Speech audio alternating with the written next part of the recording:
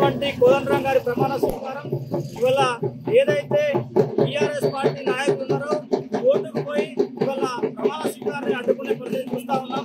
ఇవాళ ఏదైతే కోదండరాం గారు తెలంగాణ ఉద్యమంలో అనేక పోరాటాలు చేసినా కూడా ఇవాళ నియంత పాలన మళ్ళా ఇవాళ కోర్టు ద్వారా ఇవాళ ప్రమాణ స్వీకారాన్ని ఆపివేసేటువంటి దుర్మార్గమైనటువంటి టీఆర్ఎస్ నాయకులు ఉన్నారు.